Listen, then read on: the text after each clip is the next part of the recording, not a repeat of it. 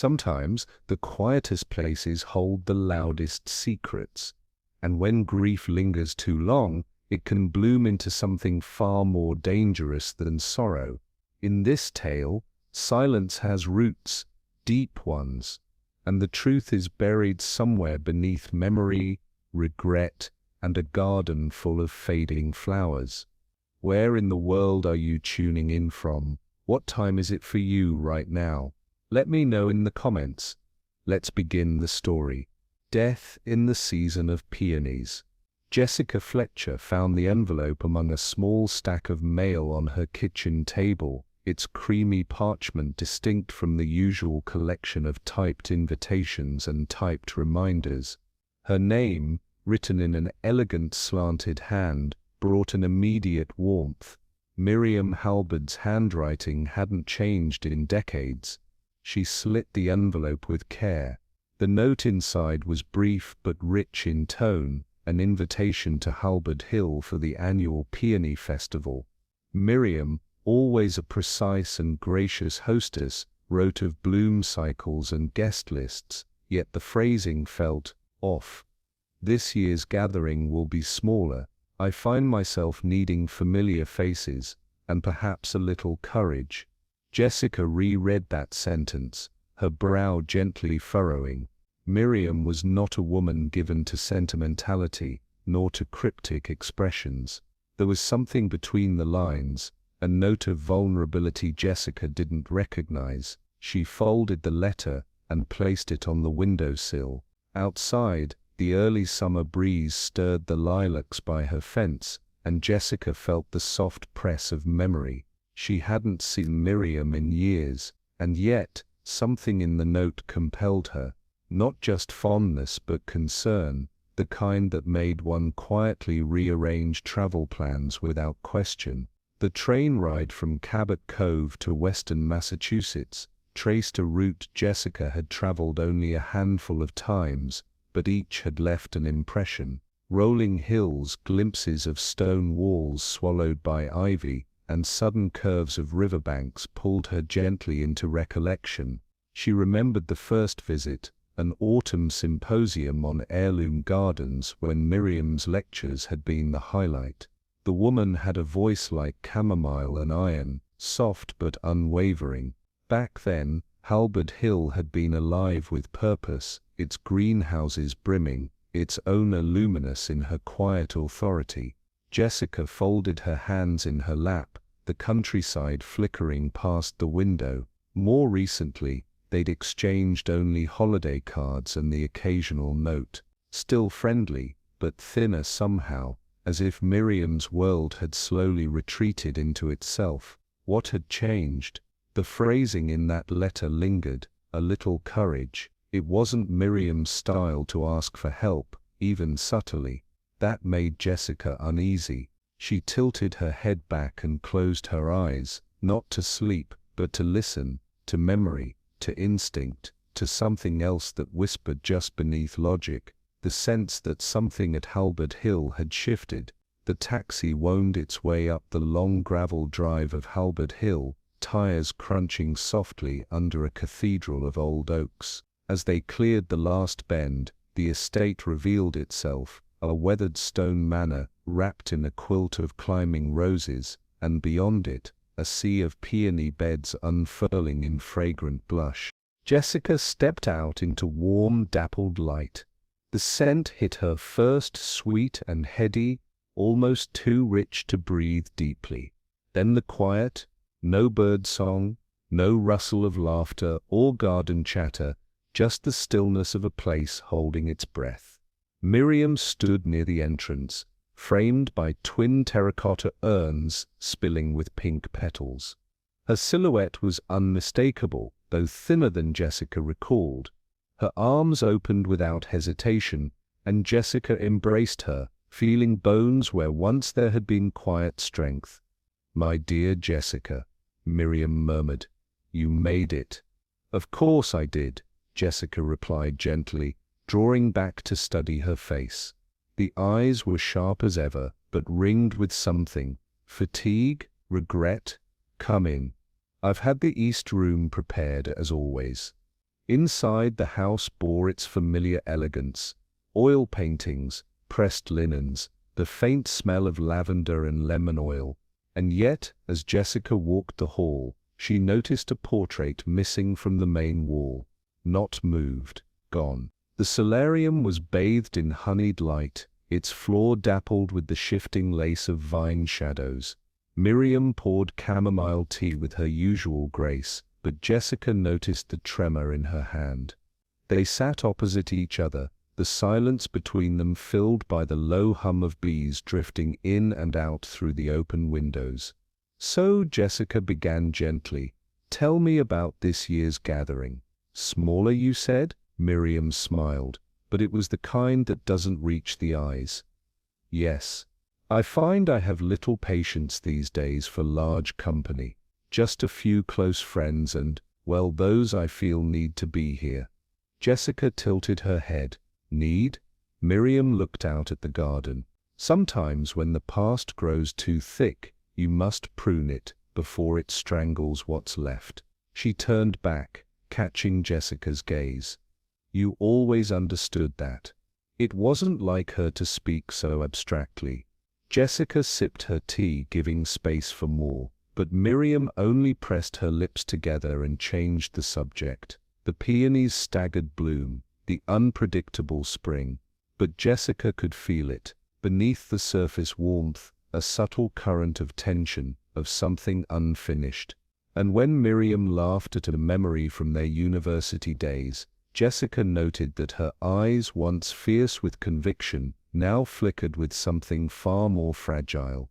Evening fell slowly over Halberd Hill, the sky turning a bruised lilac as Jessica wandered the peony paths alone. The blooms were at their peak, full-bodied, silken, too perfect to last. She brushed her fingertips against a pale pink variety Miriam once called bride's breath, remembering a garden party long ago when laughter had echoed off the walls. Tonight, the air was quieter, heavy, as though the flowers themselves were holding in breath. She paused at a bench shaded by an old pergola. From here she could see the back of the house, one light still on in the east wing, Miriam's room. Jessica let her mind drift, assembling the fragments, the missing portrait, the strange urgency in the letter, Miriam's veiled words, the silence she wrapped around her answers. All of it suggested a woman preparing, not socially, but emotionally. Something had happened, or was about to. Behind her, a faint rustle made her turn, just the breeze. And yet, as she walked back toward the house, she had the oddest sensation that she wasn't the only one drawn to the garden that night. Not the only one searching for something buried beneath the petals. Not the only one afraid of what they might find. Jessica entered the drawing room behind Miriam, the scent of dried lavender and old wood curling in the corners. Afternoon light fell across brocade furniture and shelves lined with botanical tomes.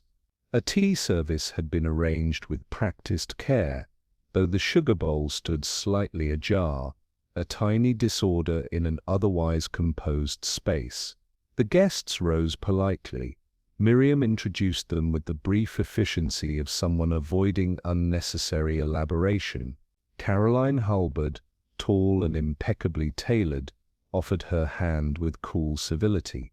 Lila Dane, barely 30 and glowing with youthful sincerity, smiled nervously as she stood beside a tray of hand-labeled seed envelopes. And Evan Marston, lean, sharp-eyed, with the slightly theatrical air of a man used to talking people into things, gave Jessica a nod that lingered just a beat too long. Jessica returned each greeting graciously, but as she sat, her mind catalogued the undercurrents. Caroline's gaze was fixed not on her but on Miriam, with a stare that had weight. Lila's hands fluttered each time she reached for her teacup, and Evan, though perfectly charming, rarely looked away from the paintings. There was a carefulness in the room. Not tension exactly, but something thinner, more polished, as if each of them were waiting for someone else to speak first.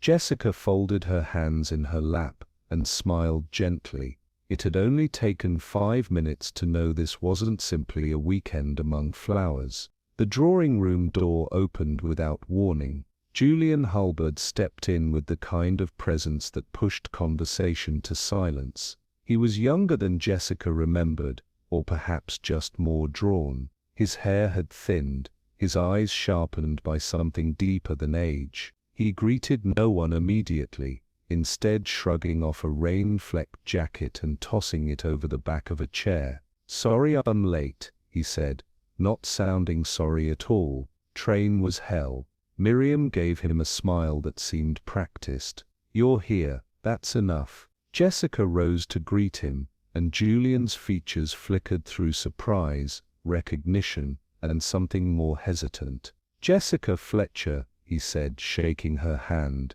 "I read one of your books last year, found it on a flight, made the delay tolerable." "High praise," Jessica replied lightly. "And how long has it been?" "Too long," he said, then quickly added, "Not that I'm much for reunions." He poured himself a drink without asking. Caroline's fingers tightened slightly around her teacup.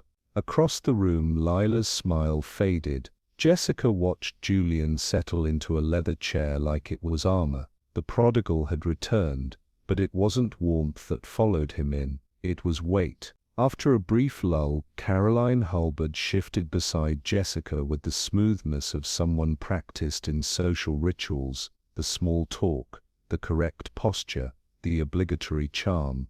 "I always wondered what you were really like," she said, her tone precise. "Julian has mentioned your name a few times, usually when reminiscing about summers with his aunt, or when quoting one of your plots." Jessica offered a smile. "I hope they didn't ruin his appetite for family gatherings." "Oh, quite the opposite," Caroline said with a short musical laugh. "Though I imagine fiction tends to feel more comfortable than real family history." There was no mistaking the emphasis. Jessica let the comment linger between them for a moment. "You must have a fondness for gardens, coming here every year," Jessica offered gently, redirecting. Caroline's eyes didn't waver. "I have a fondness for tradition, and for appearances. I find both easier to maintain in structured environments." Jessica sipped her tea, letting the silence return. She had met women like Caroline before, the kind who used poise as a shield, elegance as armor. But beneath the perfection, Jessica sensed something colder. Not just dislike, but control, a distaste for unpredictability, and perhaps for Miriam herself. As the conversation thinned and guests began to drift apart, Jessica found herself beside Lila Dane at the far end of the sunroom, near a cluster of cut peonies displayed in delicate glass vases. "They're breathtaking," Jessica said, admiring a pale coral bloom. "You arranged these?" Lila flushed slightly, pleased but embarrassed. "Yes, Miriam lets me handle the arrangements for the festival. She says I know how to read them." "Read them?" Lila smiled more freely now. "Each variety has meaning, old meanings, mostly forgotten. That one," she pointed, "is Sarah Bernhardt. It used to symbolize bashfulness, but also unspoken longing." Jessica raised an eyebrow. "A complex flower." "They all are," Lila said softly, then glanced over her shoulder before lowering her voice. "Miriam taught me to see them like people. Layers, colors, timing, some open too quickly, some never do." There was affection in her tone, but also something quieter, reverence, perhaps. Or fear. "You've known Miriam long?" Jessica asked. Lila hesitated. "My mother worked here, years ago. I came with her sometimes." "Miriam, she's been kind. To me." Jessica noted the shift, not to us, but to me, a subtle distinction. And for the first time she wondered what debt did Lila believe she owed. As Jessica crossed toward the hallway, she passed Evan Marston standing before a landscape painting. Not one of the peony pieces, but a quiet winter scene, signed in the corner by Miriam's late husband. Underrated, he murmured, sensing her approach. The man had an eye for emptiness. Jessica joined him. You knew him? Not well, Evan said. But I've handled a few of his works. Miriam refused to sell most of them though. Sentimental value, I suppose. He turned slightly, offering her a smile that felt both familiar and vague. You write about puzzles, don't you? I try to, she replied. Well, Halbert Hill has always been a puzzle, just one disguised in petals and philanthropy. Jessica met his gaze. It was a curious thing, how charm, when too effortless, could resemble evasion. She left him at the painting, but not without a small ripple of unease. Later that evening, as shadows lengthened and dinner hour approached, Jessica lingered in the hallway near the back staircase. She wasn't waiting, not exactly, but something in the rhythm of the house drew her there. It was then she saw Mrs. Whittaker standing just beyond the butler's pantry door, her apron still on, hands clasped in front of her. The housekeeper was in her 70s, composed and efficient, but her posture now was not one of duty, it was vigilance. Jessica stepped closer. Long day, Mrs. Whittaker startled slightly, then smiled. Oh, always. These gatherings stir the dust, Mrs. Fletcher, not just under the rugs. Jessica tilted her head. You've been with the Halberds a long time. 43 years, the woman replied, chin lifted. I've seen many come and go, some stay too long, some not long enough. There was a pause, not discomfort, but deliberation. If you'll forgive me, she added softly, I think Miss Miriam invited you not just for the festival. She knows trouble when it's blooming.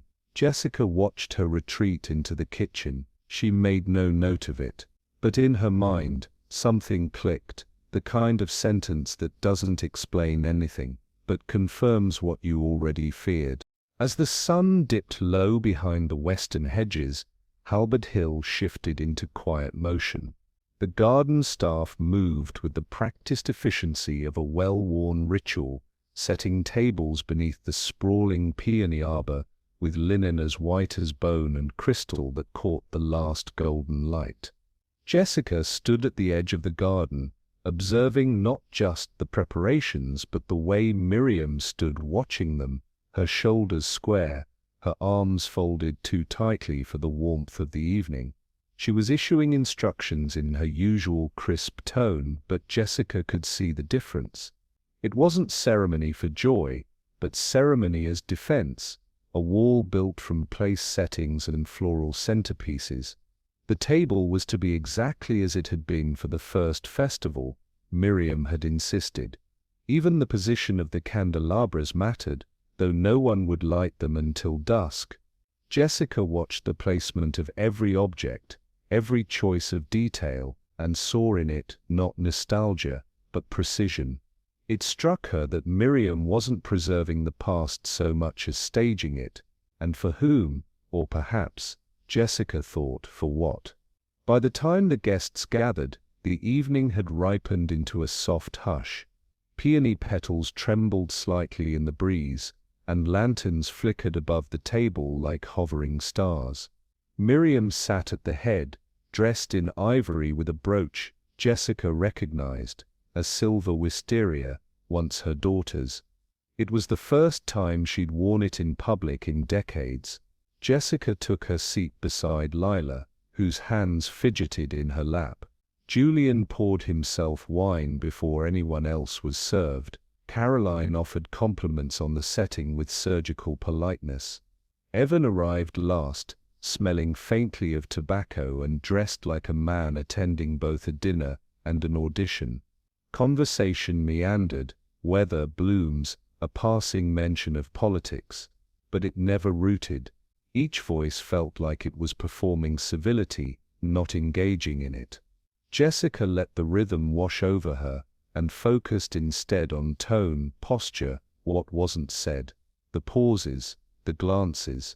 She had the strange sensation that everyone here had brought something hidden to the table, a private intention beneath their niceties. And Miriam, who had orchestrated every detail, said little at all, until, at last she stood, and lifted her glass. Miriam didn't tap her glass or clear her throat, she simply rose, and the conversation around the table stilled with surprising ease, as if they had been waiting for it, or bracing for it. "I've always found the peony to be the most honest of flowers," she began, her voice gentle but clear. "It blooms quickly, it dazzles without apology, and then it collapses in its own fullness." A few small laughs fluttered at the edges. Jessica did not join them. "They remind me," Miriam continued, "that beauty isn't meant to last, and perhaps it shouldn't. Perhaps its value lies in how fleeting it is, how it compels us to notice while we still can." She looked toward no one, and yet everyone. "I have hosted this dinner for nearly 20 years. Some of you have been here from the beginning, others have come later, and some, I suspect, may not return again." There was a pause that belonged to something larger than the speech. "And so tonight, I lift my glass," Miriam said, raising it, "to memory, and to endings. May they both find us ready." The toast was met with polite clinks and murmured agreements, but no one smiled. Jessica held her glass steady, the echo of Miriam's words settling uneasily into her chest. There had been nothing ceremonial about that speech. It had sounded, Jessica thought, not like a host's welcome, but a kind of farewell. As the wine flowed and dinner resumed, conversation resumed its shallow rhythms, but Jessica noted the cracks in the surface more clearly now. Julian's laughter came too loud, too suddenly, as if eager to overwrite whatever had just been said. But his eyes kept darting toward Miriam, then away. Caroline remained poised, her knife slicing through roast lamb with surgical precision, but her smile had slipped, replaced with a thin press of lips that Jessica recognized as disapproval. Lila, seated beside Miriam, barely touched her plate. Her fingers traced the pattern of the table linen, over and over, a silent repetition. At one point, she whispered something to Miriam, who nodded without looking at her. Evan leaned back, nursing his wine, his gaze moving from guest to guest with a kind of detached curiosity, the sort that catalogues reactions for later use. Jessica studied them all, saying little herself. The peony-scented air was thick with pretense, and yet something more, tension not yet spoken, grief not yet named. She had attended many dinners like this in her life, formal, elegant, beautiful, but rarely one where everyone present seemed to be waiting for something to end. The last course had been cleared, and the lanterns above had burned low. The guests began to drift toward the house, their voices muffled by night and wine. Jessica remained behind, and so did Miriam. They stood beneath the arbor, where petals had begun to fall like soft confetti. "You never liked farewells," Jessica said quietly. Miriam smiled, but not fully. "No, I prefer to leave before the curtain drops." Jessica turned to her. "Your toast was poetic and final." Miriam didn't answer right away. She reached out to touch one of the blooms near her shoulder, a deep burgundy variety Jessica didn't recognize. "They're called Night's Memory," Miriam said. "They only bloom once. If you miss it, you never see them again." Jessica followed her gaze. "Is that what you're doing, Miriam? Letting people see something before it's gone?" There was a pause, a longer one. "Perhaps," Miriam said softly, "or perhaps I've grown tired of silence." Jessica heard the strain behind the words, the burden she didn't name. "Whatever it is," she said gently, "you don't have to carry it alone." Miriam turned then, but not toward Jessica. Her eyes settled on the darkened house beyond the garden. "I'm afraid, my dear," she said, almost to herself, that some truths are heavier when shared.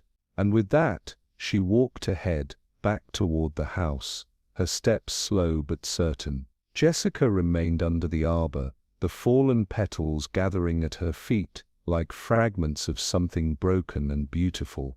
The morning came quietly, as it often did at Halberd Hill, soft light filtering through gauzy curtains, the distant hum of bees stirring in the hedges. Jessica rose early, her sleep uneasy, colored by fragments of Miriam's words from the night before. She stepped into her shoes and took her shawl.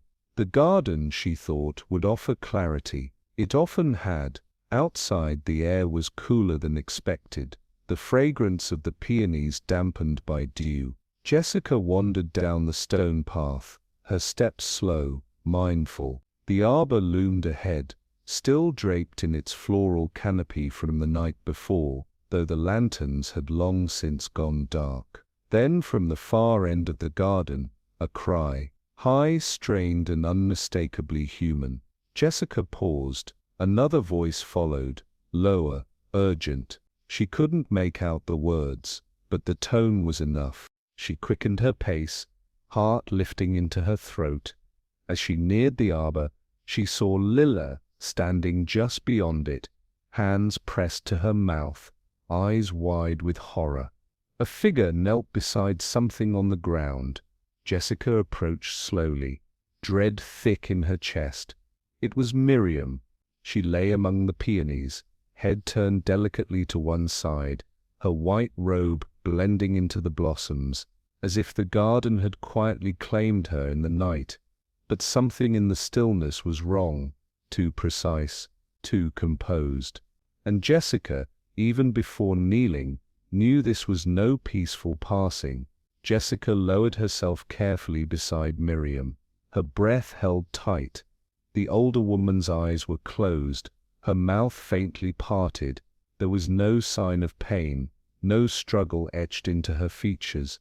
Her skin, though cool to the touch, had not yet gone gray. Time, it seemed, had only just begun its work. She glanced around.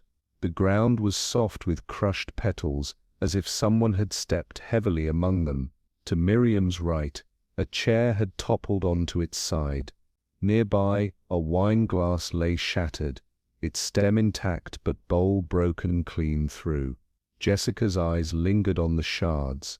Was she drinking? Lilla's voice wavered.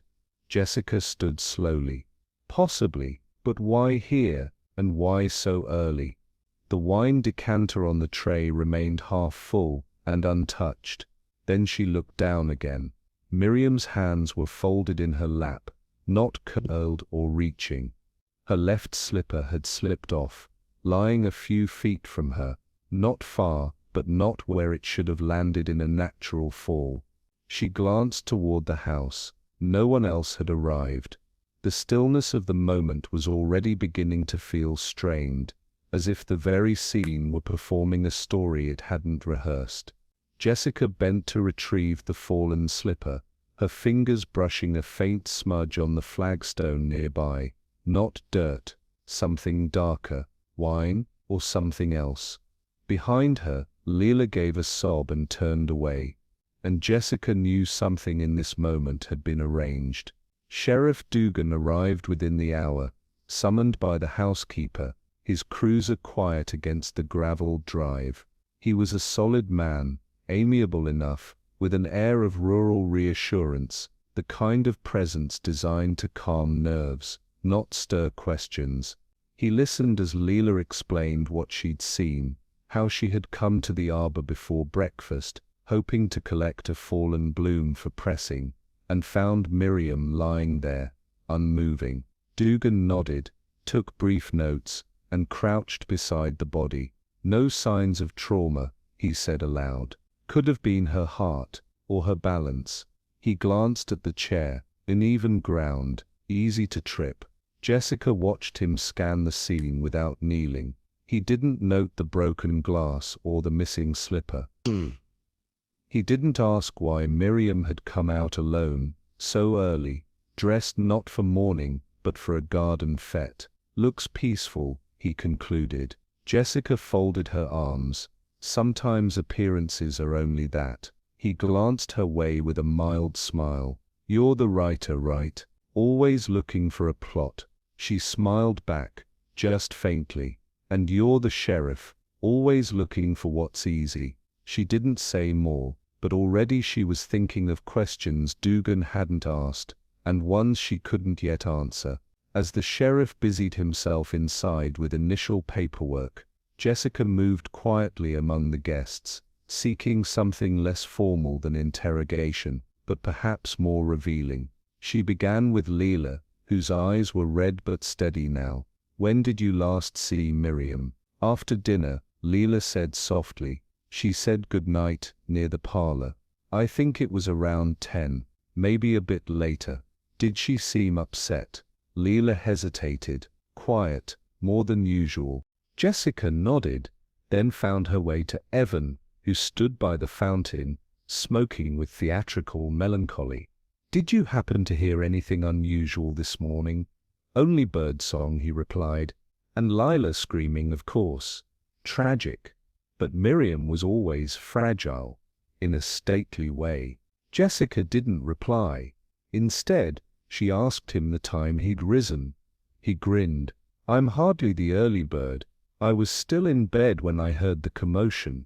Lastly, she found Julian and Caroline on the east terrace. Julian looked pale but composed. I heard Lila's voice and came down, he said. Before that, I was up early, couldn't sleep. Walked the upper garden path around 6. Jessica tilted her head. Alone? Julian glanced at Caroline, who gave him nothing. Yes, alone. And yet Jessica recalled a boot print in the lower path, still wet with dew, a single set, not yet dried. Timing, she thought, was always the gentlest place to hide a lie. The guests had dispersed under Sheriff Dugan's suggestion, a polite containment rather than an official order.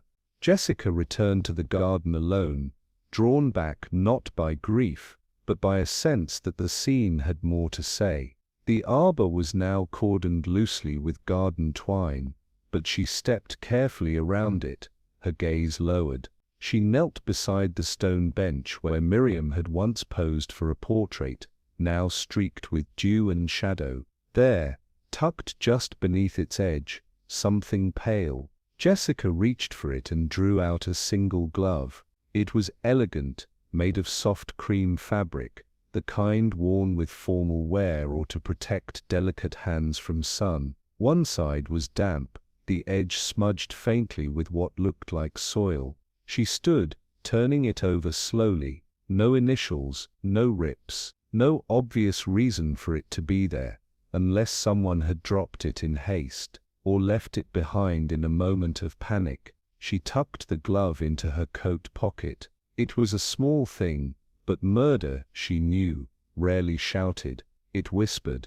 And sometimes, it left something behind, too ordinary to notice, too telling to ignore. That evening, as dusk returned to Halberd Hill, and the peonies curled in upon themselves, Jessica sat by the window of her room, Miriam's final toast echoing in her thoughts. To memory, and to endings. May they both find us ready. Was it a farewell, or a warning? She thought of the slipper, the smudge on the stone, the wineglass shattered yet untouched. The glove tucked beneath the bench, not accidents, not chance. She traced the pattern of events not for clarity, but for rhythm, a rhythm that felt guided, almost choreographed. Someone had been watching that night. Someone had followed, and whoever it was had left behind more than footprints. They had left a silence that didn't feel like mourning. It felt like waiting. Sheriff Dugan returned the following afternoon, his stride as measured as his notebook was slim. He spoke to each guest with a disarming casualness, more neighborly than official, and thanked them before they'd finished their answers. Jessica watched from the garden room as he interviewed Evan by the conservatory steps. She noticed he took no notes. When he questioned Julian, it was more about train schedules than time of death. And with Lila, his tone softened, the way one might speak to a schoolgirl rather than a grown woman. Julian later joined Jessica near the East Terrace. She lived a full life, he said, as if that neatly concluded the matter. Jessica offered a polite smile. Do you always close a case by complimenting the deceased? He chuckled. Nothing to close yet. I don't see foul play. No signs of intrusion. She was in her 80s. These things happen. Yes, Jessica murmured. They do, but timing, circumstance, and expression, they speak, too, just more quietly. He tipped his hat, non-committal. Jessica watched him go, then turned her gaze toward the main hall. If he wasn't going to ask the difficult questions, someone else would have to.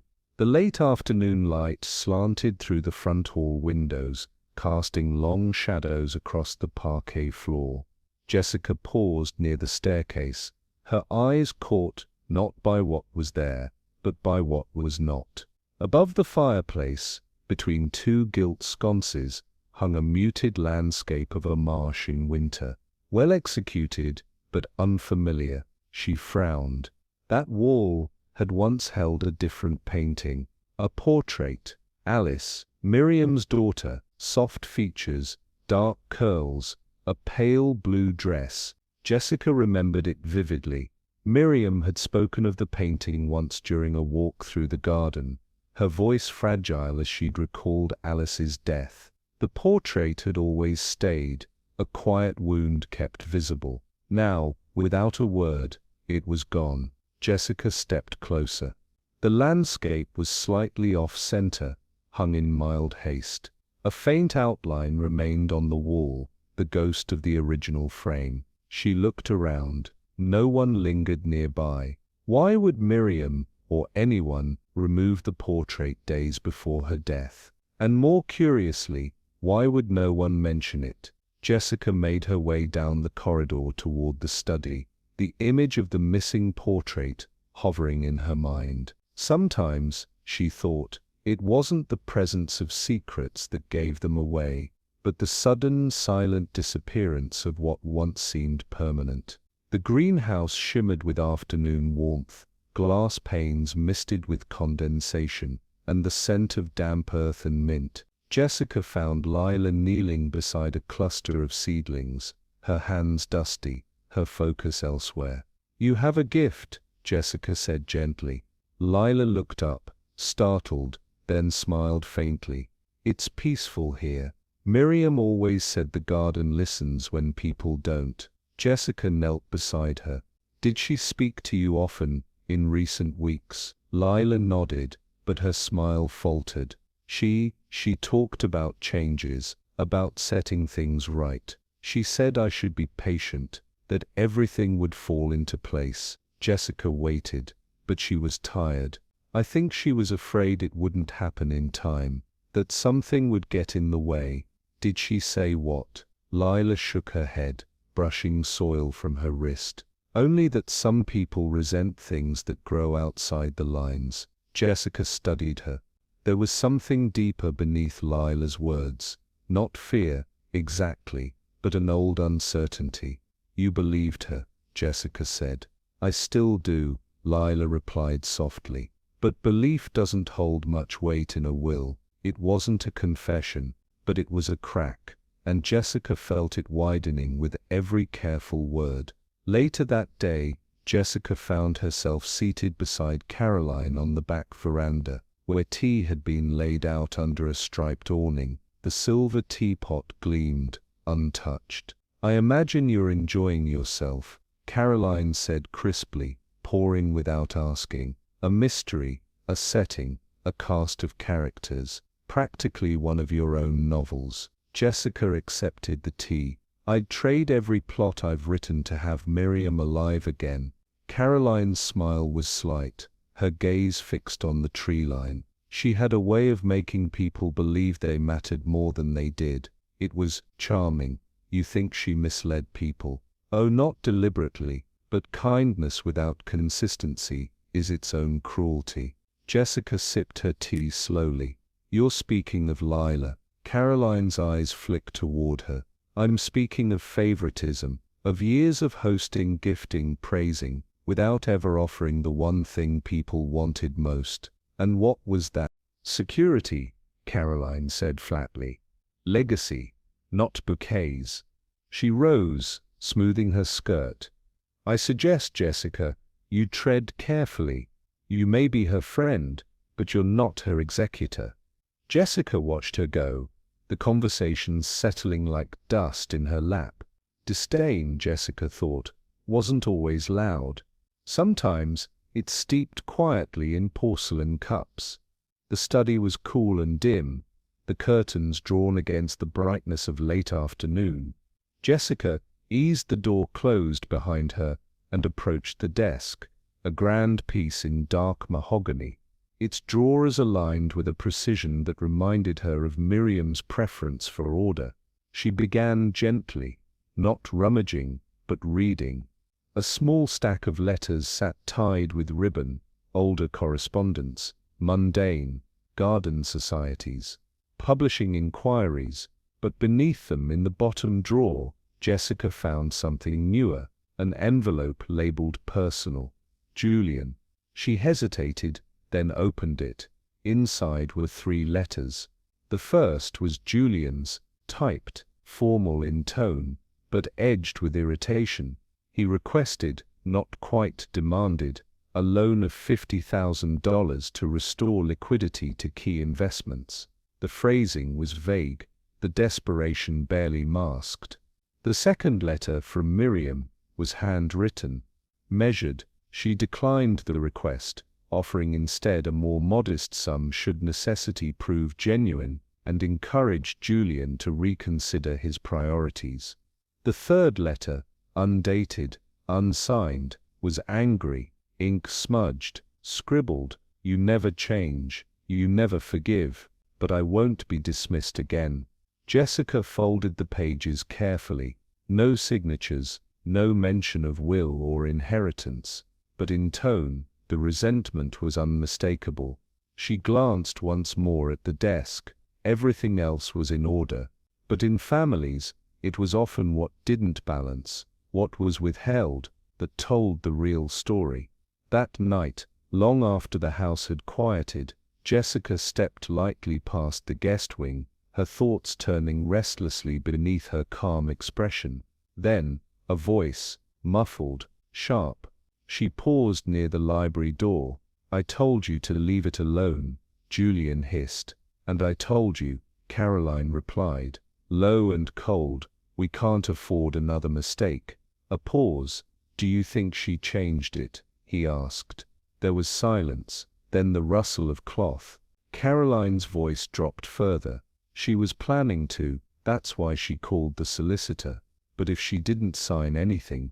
Julian cursed softly. Jessica stepped back into the corridor shadows. "What if someone else knows?" Julian said. "What if she told someone?"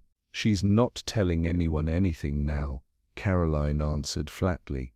Jessica turned, heart steady but mind racing. Not enough for certainty, not yet, but it was the kind of exchange that didn't follow grief. It followed fear, and fear, Jessica knew, had a habit of twisting motives until even silence sounded like guilt. Jessica stepped into Miriam's private study and closed the door gently behind her. The room smelled faintly of lavender polish and paper, comforting scents, yet today they seemed hollow. The desk sat beneath the window, framed by thick drapes drawn halfway close. On one side of the room, the bookshelf held volumes of botanical history and legal reference, aligned with the kind of discipline Miriam had always valued. But something felt off, not chaotic. That wasn't Miriam's way, but altered. Jessica scanned the space slowly. A photograph once kept on the corner of the desk was missing. The blotter had a faint crease, as though something had been pressed against it recently, then quickly removed. She moved toward the side cabinet, running her hand along its lacquered surface. Dust gathered faintly along the edge, except for a half-moon arc where a box or book had once rested.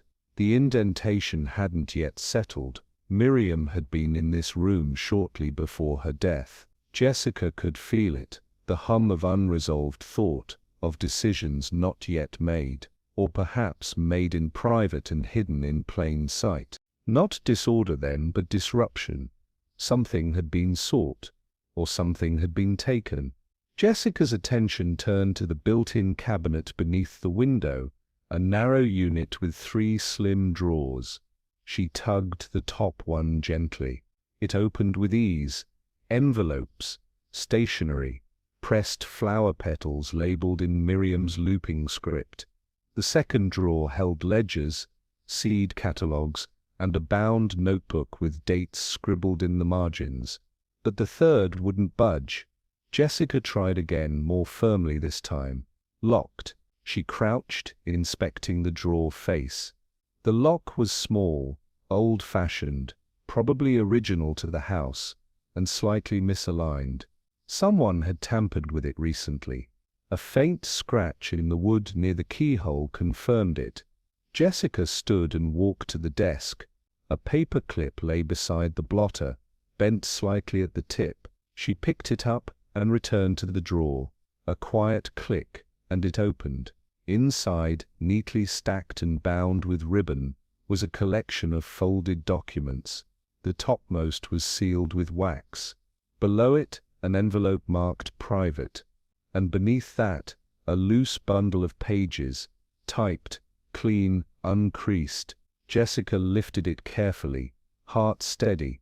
She hadn't yet read a word, but she could feel it already. This was no garden ledger.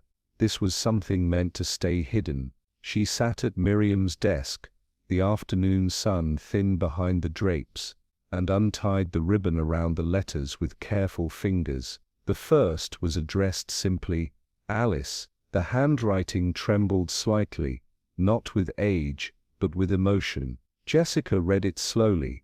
Might have beens are crueler than regrets, it began. I told myself the water took you gently, that you didn't know fear, but I knew better. I knew what I failed to see, what I failed to stop. Jessica exhaled softly.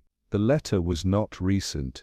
The ink had faded at the edges, but the pain was fresh, raw, as if it had been folded and refolded with each anniversary. She turned to the second letter.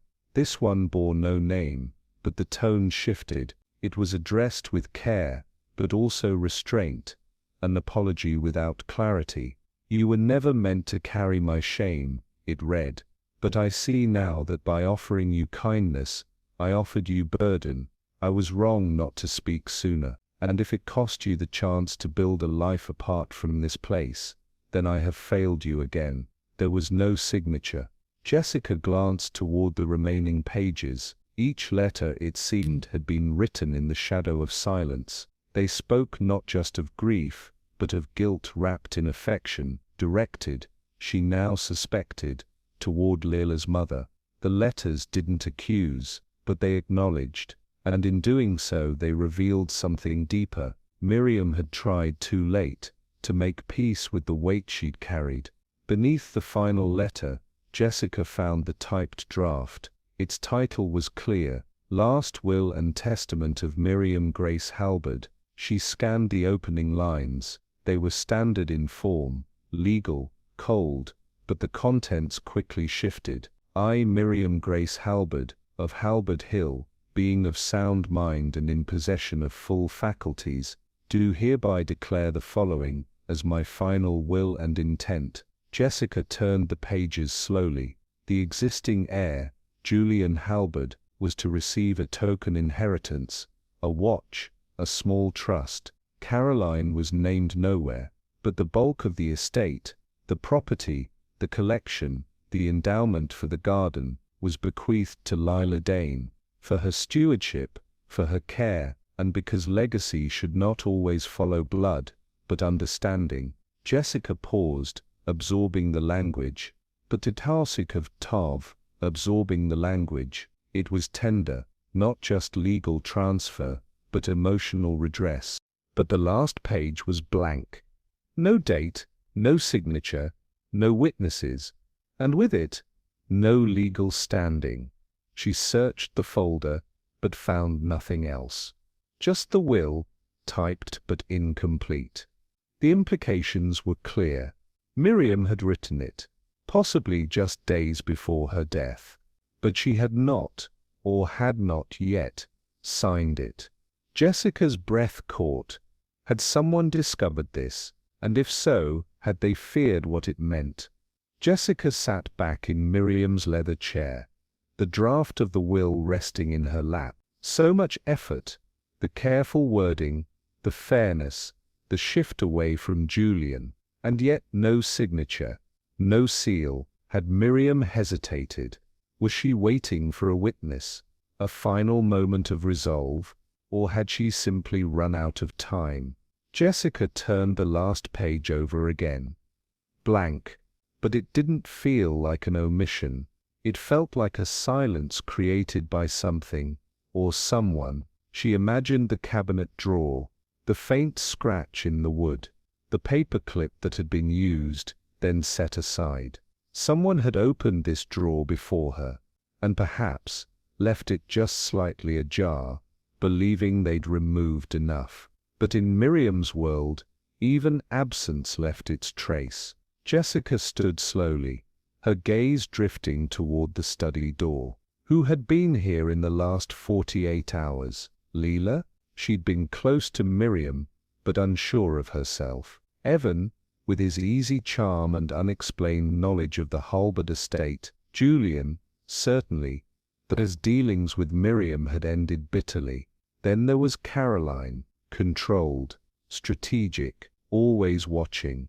Jessica closed the drawer and returned the paperclip to its place. She moved to the window, glancing out at the empty lawn. Somewhere beneath the calm of the estate, choices had been made, not rash ones, but premeditated, quiet, and those choices, she sensed, hinged on who had known of this draft, and who had needed it never to be signed. It was mid-morning when Jessica wandered toward the potting shed, drawn by the rhythmic clink of tools and the faint scent of mulch. Old Mr. Bellamy, the estate's longtime gardener, was sorting terracotta pots, his fingers moving with quiet precision. Always something that needs turning, he murmured without looking up. The ground remembers. Jessica smiled.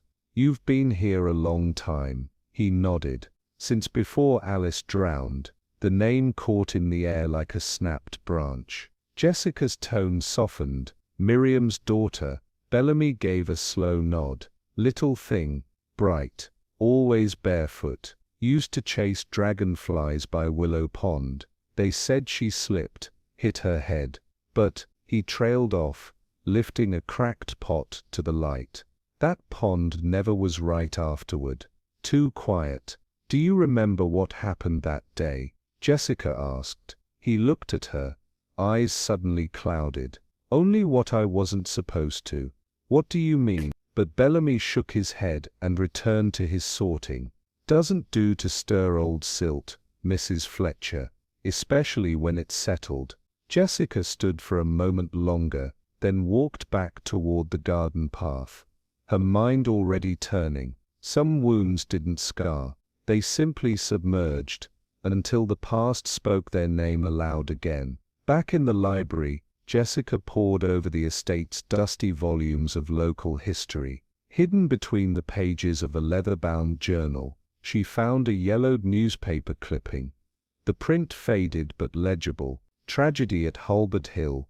Daughter of botanist drowns in estate pond. Alice Halbert, age 10. The article offered little, a brief mention of a slip, a tragic accident, no foul play suspected. The child had been alone, it said, though later discrepancies in the timeline were noted but not investigated further. Jessica traced the lines with her finger. The silence was loud. She turned to the back of the clipping. Someone had handwritten a note in the margin, faded but still visible. Never asked the right questions. Jessica closed the journal, her thoughts sharpening. Why had the accident never been re-examined? Why had Miriam never spoken of it with more clarity? The answers, she suspected, lay not in the records, but in the house itself, in its silences, in the way Miriam had constructed her world after the loss. The truth didn't have to be erased, Jessica thought. Sometimes it just had to be left undisturbed long enough to be mistaken for peace.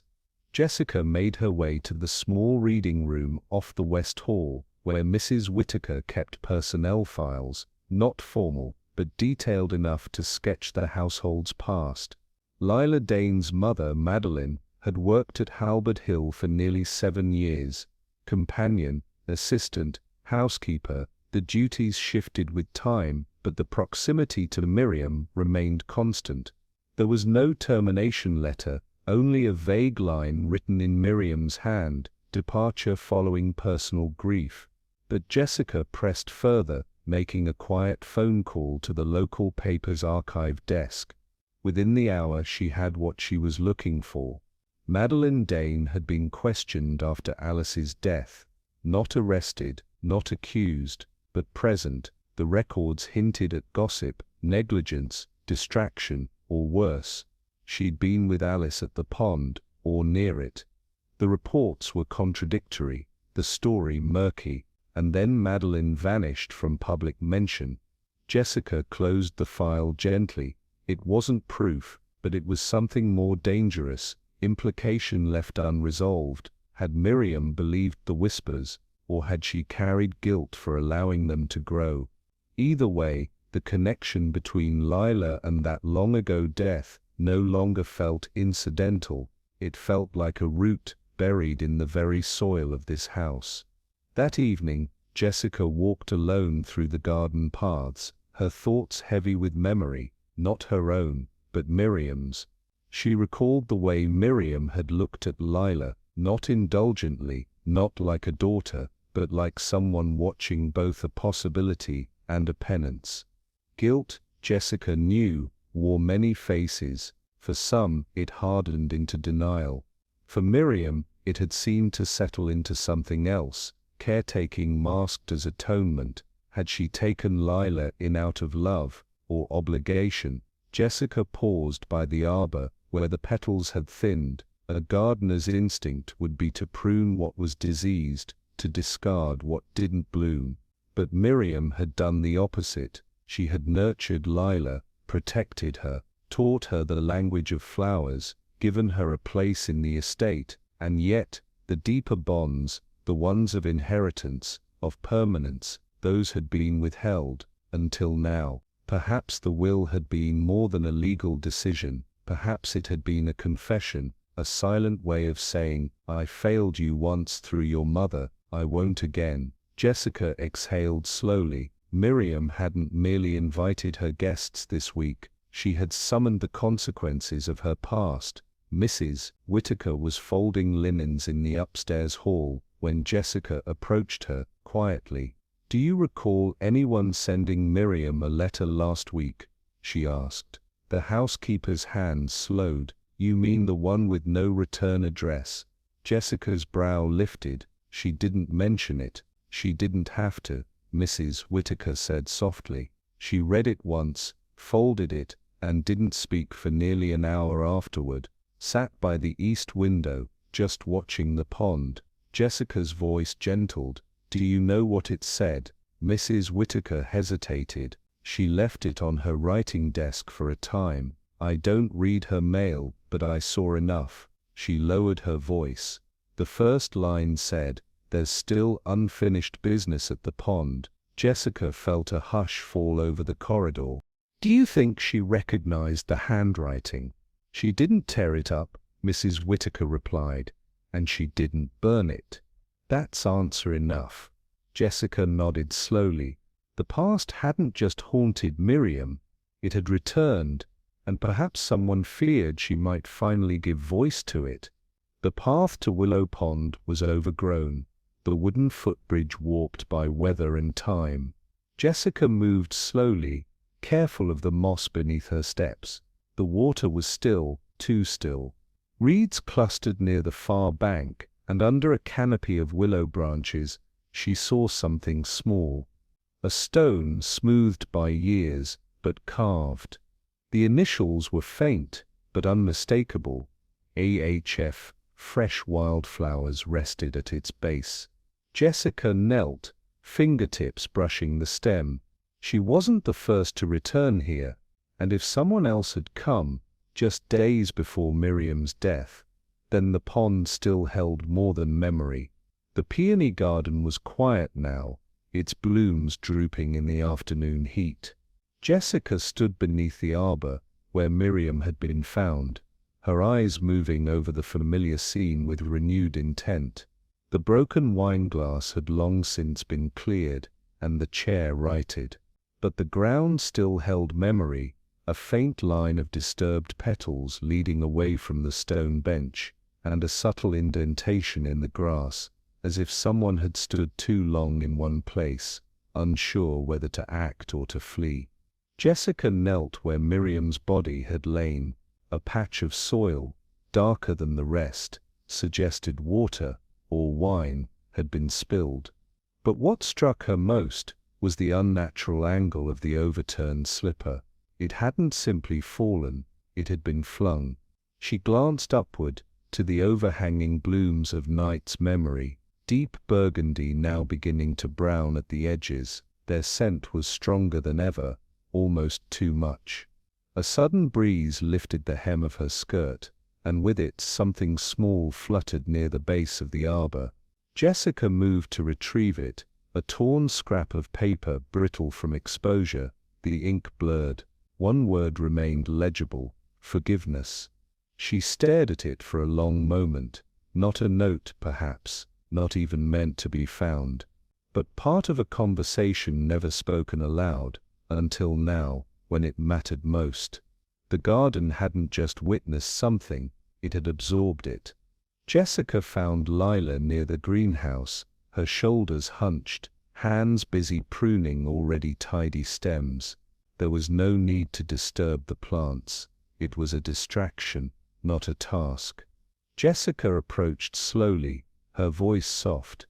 "You were here that night, weren't you?" Lila froze. Her pruning shears paused mid-air.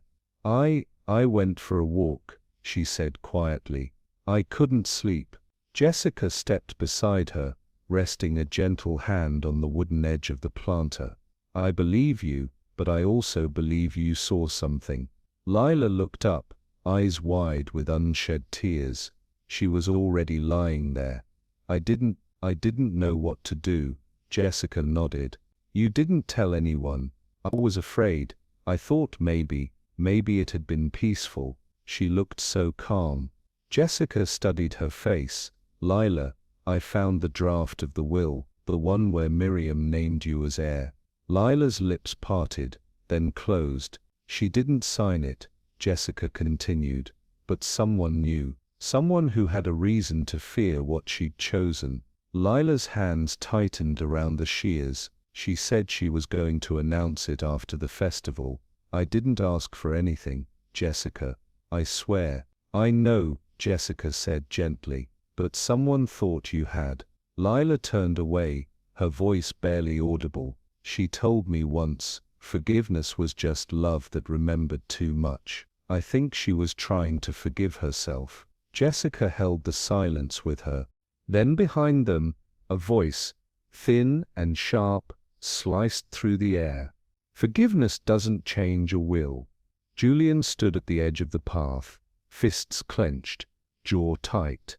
He looked not like a man preparing to defend himself, but one already exhausted by denial. Jessica turned toward him calmly. "You were listening." "Of course I was," he snapped. "Isn't that what everyone's been doing lately? Whispering, skulking around, reading her letters like scavengers?" "No one's scavenging," Jessica replied gently. "We're searching for the truth." He laughed once, bitter and short. "The truth is, she spent her whole life punishing people for things they never said, never did. And then, when she finally had the chance to fix it, she chose a stranger." Lila flinched. "She wasn't a stranger to Miriam," Jessica said evenly. And I don't believe she was to you either. Julian's voice lowered. You think I did it? Jessica's gaze didn't waver. I think you were desperate. You'd asked her for help, and she refused. Then you found the draft, unsigned, but dangerous. I didn't touch her, he said through his teeth. I found the paper, that's all. She was going to throw us aside, everything we'd been promised, and you followed her into the garden that night. His silence answered more clearly than denial. Lila's voice broke through, quiet and sharp. You watched her die. Julian turned away, as if the words were wind against his skin. And for the first time, Jessica saw it. Not rage in his eyes, but something far older. Resentment steeped in grief. Jessica took a step forward, her voice low, each word deliberate, not to accuse but to uncover. Miriam knew, she said. She knew the past had never truly gone quiet. The pond, the portrait, the letters, she carried more than grief. She carried blame. Julian's hands trembled slightly. She was going to change everything, Jessica continued. Not just with the will, with the truth. She was tired of pretending forgiveness was enough. He shook his head. You don't understand what it was like. After Alice died, the house changed. She changed. She buried herself in rituals and plants, and Lila's perfect little innocence. It wasn't innocence she saw in Lila, Jessica said. It was consequence. A child who had lost something too. Someone she failed again by remaining silent. Julian's voice cracked. She replaced Alice with her. She looked at me like I reminded her of everything that went wrong. And when you saw the will, Jessica said softly, you knew you were already written out of her life. He laughed hollowly. You think I pushed her? I didn't. I followed her. Yes. I argued. I begged her to reconsider. She said it was already done, that love wasn't about blood, that I'd made too many choices she couldn't forgive. Jessica said nothing. She turned to walk away. Julian said, eyes distant, and I grabbed her arm, just lightly. She pulled away, stumbled. The chair tipped, the glass fell. He pressed his palms to his face. I didn't mean for her to fall. I didn't mean for her to die. Jessica stood very still. The garden had quieted entirely, even the wind seeming to hold its breath. It had not been rage. It had been desperation, the kind that builds slowly, and then takes everything with it. Julian lowered himself to the edge of the stone bench, shoulders hunched like a boy in punishment. Lila stood frozen, her arms folded tightly across her chest, as if shielding something far more vulnerable. Jessica approached with care. Why didn't you say something? He looked up, his voice frayed, because she died too beautifully. There was no struggle, no bruise, just silence. I told myself maybe it was her heart, maybe it was fate. But you moved the wineglass, the chair. He nodded, and I burned the draft. The original, but not before I copied it. The one you found. I thought, if it ever came up, I could pretend she changed her mind, that it had never been real. Lila's voice cracked. You let me believe she chose me. I didn't want this, Julian whispered. I just didn't want to be erased. Jessica stood quietly for a moment, the wind brushing gently through the arbor. The peonies above them had begun to shed, their petals falling like muted snow. She did choose you, Jessica said at last. Just not in time. Julian nodded slowly, no longer resisting. Footsteps approached. Sheriff Dugan, his hat in hand. Julian stood before he was asked, his eyes sunken but steady. There would be no protest, no denial, just the long road that follows truth. Once silence is broken. As the sheriff led Julian away, the garden returned to its hush. Jessica remained under the arbor, her gaze resting on a single petal, caught in the fold of Miriam's favorite shawl, left now on the garden bench. There was no satisfaction in the ending, only a sorrowful clarity. Loss hadn't begun with death, it had begun with silence, and though the truth had finally risen, it had not restored what had been taken, only revealed the quiet fractures beneath it. Jessica turned toward the path, her thoughts heavy. Some justice, she knew, left more ache than peace behind. The final carriage had rumbled down the gravel drive, its sound fading into the hush that now settled over Halberd Hill, like dust on forgotten picture frames. Jessica stood at the front window, watching the wrought-iron gates close behind the last departing guest. Stillness that followed was not peace, but the echo of something undone, the kind of silence that asks more questions than it answers. Inside, the hallways breathed differently. Without the shuffling feet and guarded laughter of guests, the house seemed to retreat inward, like an old woman, drawing her shawl closer after company departs. Jessica moved through the space with quiet steps, noting how even the ticking of the grandfather clock felt louder now. Mrs. Whittaker passed in the distance with a bundle of linens, her face a pale, worn map of composure. Lila was nowhere to be seen. Julian and Caroline had left abruptly that morning, not together, but within minutes of one another. Sheriff Dugan had driven off shortly after, papers tucked beneath his arm, and a thoughtful crease in his brow. Jessica paused at the base of the staircase, hand resting on the banister. Grief had many languages, she mused, some loud and florid, others dry and resigned. Halberd Hill now spoke only in the latter, and beneath it all something lingered, not quite guilt, not quite relief. Perhaps, Jessica thought, the soul of the house itself was learning how to breathe again, now that the truth had taken root. The peony garden, once a riot of color and fragrance, had begun to surrender to July's heat. Petals curled in on themselves, browned at the edges, or drifted gently to the ground like confetti after a wedding that no one could quite celebrate. Jessica walked its paths with slow, contemplative steps. The same garden where laughter had once risen with the wind now seemed reluctant to speak. A few bees still hummed their faithful tune, unaware that anything had changed, or perhaps they too carried the weight of memory in their wings. She paused where Miriam's body had been found.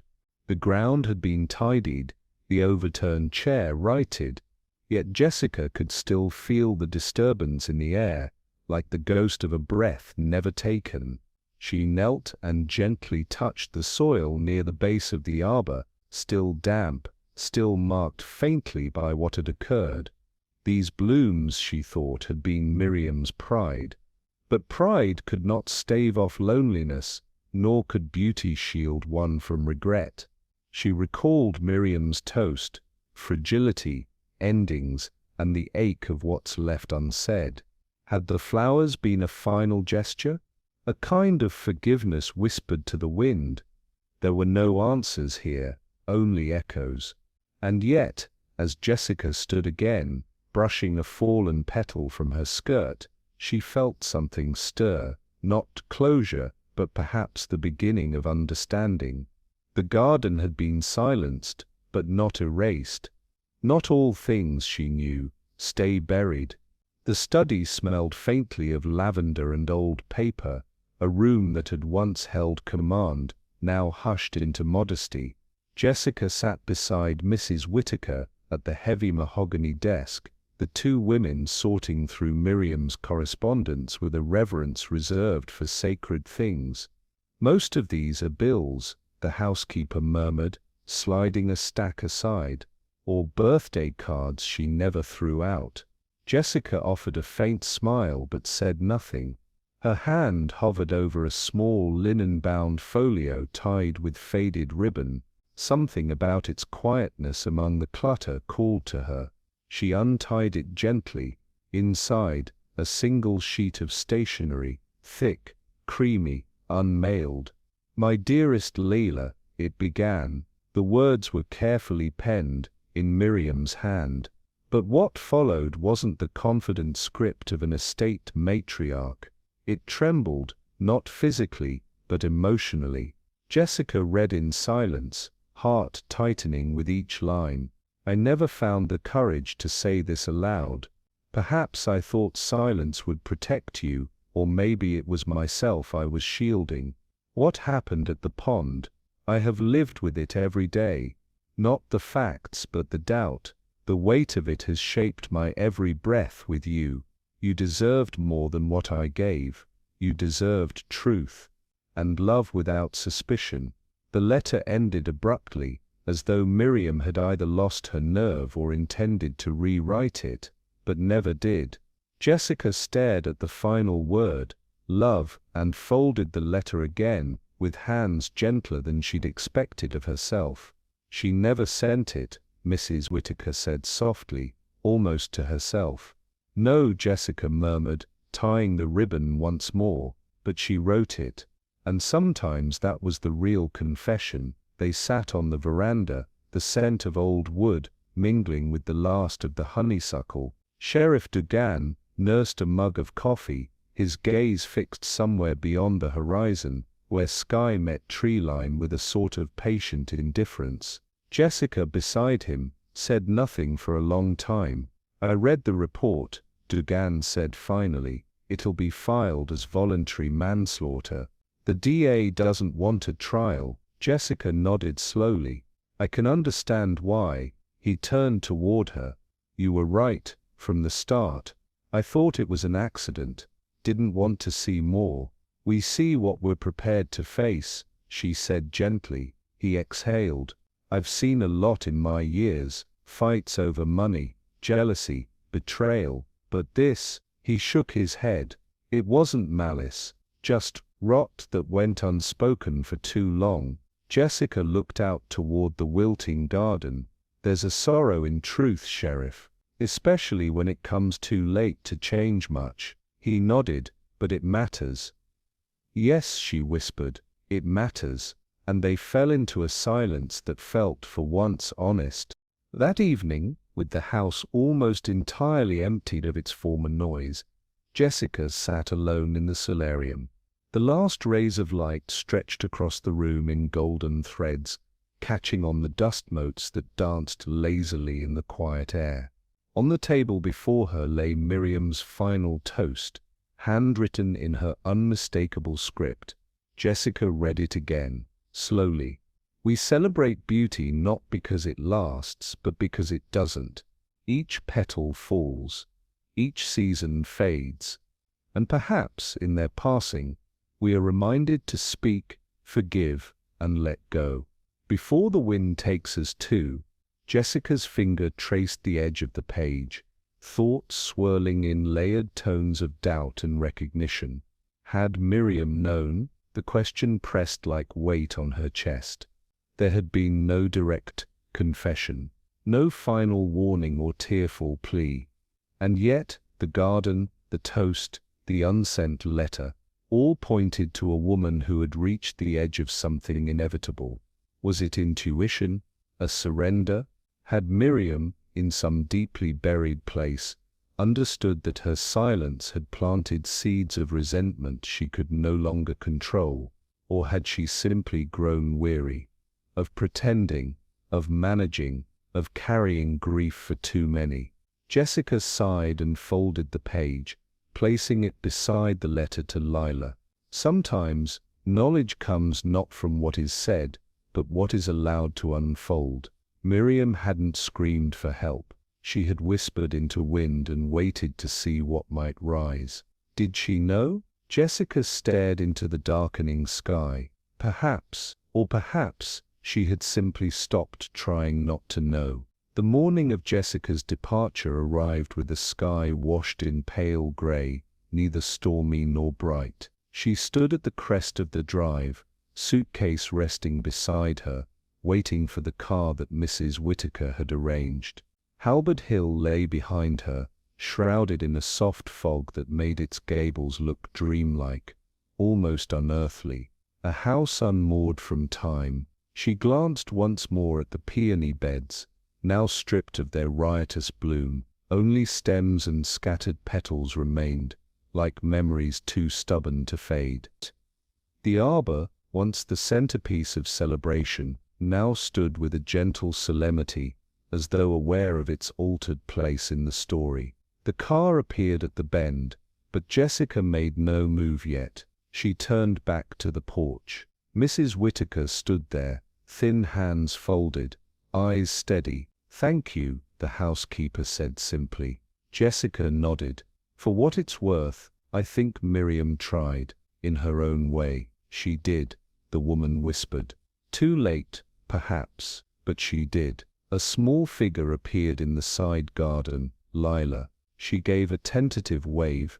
Jessica lifted her hand in return. Words didn't seem necessary. Sliding into the back seat, Jessica rested her hand on the window frame, eyes still on the house as it receded. What she had uncovered here wasn't a triumph, it was a truth.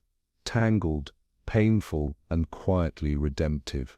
There had been no villains, only wounds that never quite healed. And yet, even in the shadow of death, there had been gestures of love, imperfect, belated, but real. As the car wound down the long path, Jessica allowed herself a final look back. Not all endings needed grandeur, some simply required bearing witness.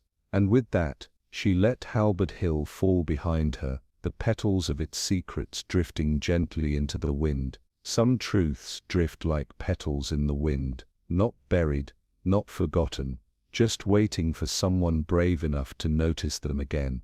But I wonder, did Miriam truly invite Jessica out of trust, or was it a quiet farewell she knew would never be spoken aloud?